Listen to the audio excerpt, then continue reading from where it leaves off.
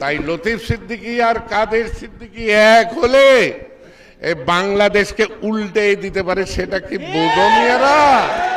হ্যাঁ বোঝো? বাপে না পুতে চুঙ্গা বেড়া মতে না, বাপ দাদার খবর নাই, নাত্তামি দেখাস বেটা বেয়াদব। আরেকবার একটি শব্দ উচ্চারণ করলে আমার বিরুদ্ধে আমি ধরে ফেলবো তোকে।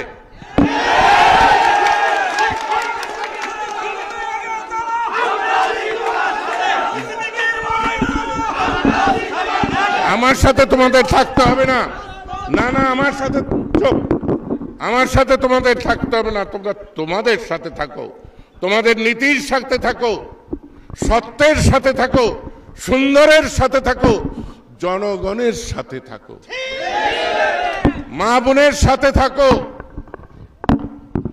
তাহলেই আমার সাথে থাকা হবে। আজকে আমি হিসাব করে এসেছি, আমি এই কয়দিন চুপচাপ ছিলাম, শান্তির বাণী শুনাইছি। শান্তির সাথে যে রুদ্রবাণী থাকে সেটা মূর্খরা জানে না। লিখতে বললে তো এক পাতা লিখতে গেলে কলম ভাঙবে 7টা, কাগজের পাতা ছিঁড়বে 10টা, তারাই তো।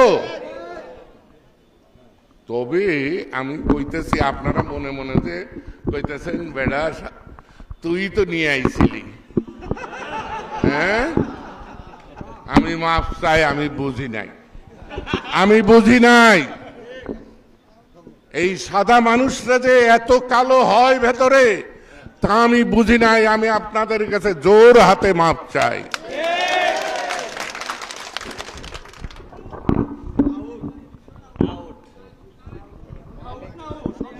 আপনারা কি বোঝেন আমার যন্ত্রণা?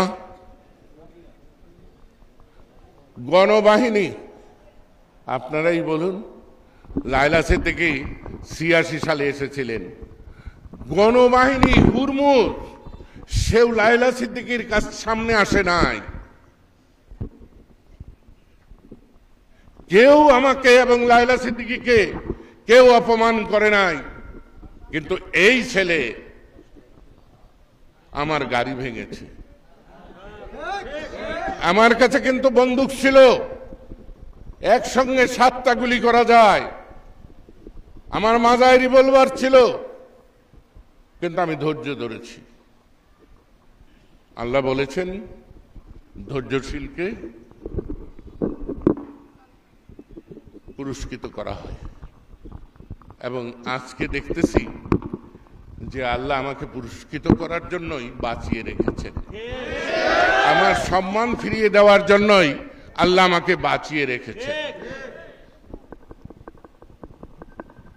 তো আমি মনে করি যে আমার সম্মান মানে কালীহাতির সম্মান, বাঙালির সম্মান, টাঙ্গাইলের মানুষের সম্মান। তাই আপনাদের কাছে আমার নিবেদন যে আপনারা বুঝুন, যারা এসেছেন তারা, যারা আসেনি তাদেরকে বলুন যে কি অবস্থা কালীহাতিতে চলছে, কি করণীয় আমাদের। মা বোনদেরকে বলুন, কেন অর্ধেক কিন্তু নারী, অর্ধেক। আমরা ভোটে বিশ্বাস করি বলে ভোটে যে জিতবে তাকেই সম্মান করব, সেই ভোটটা জনগণকে দিতে হবে, ভোটারকে দিতে হবে, কোনো পোশাকধারী নয়, কোনো সন্ত্রাসী নয়। আর 21শে আগস্ট 2004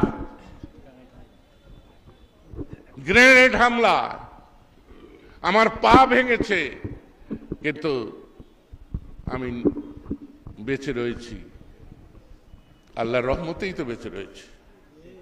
তাই আমি কাউকে ভয় পাই না আল্লাহ ছাড়া, আমি কাউকে ভয় পাই না আল্লাহ ছাড়া। আমি ভয়ের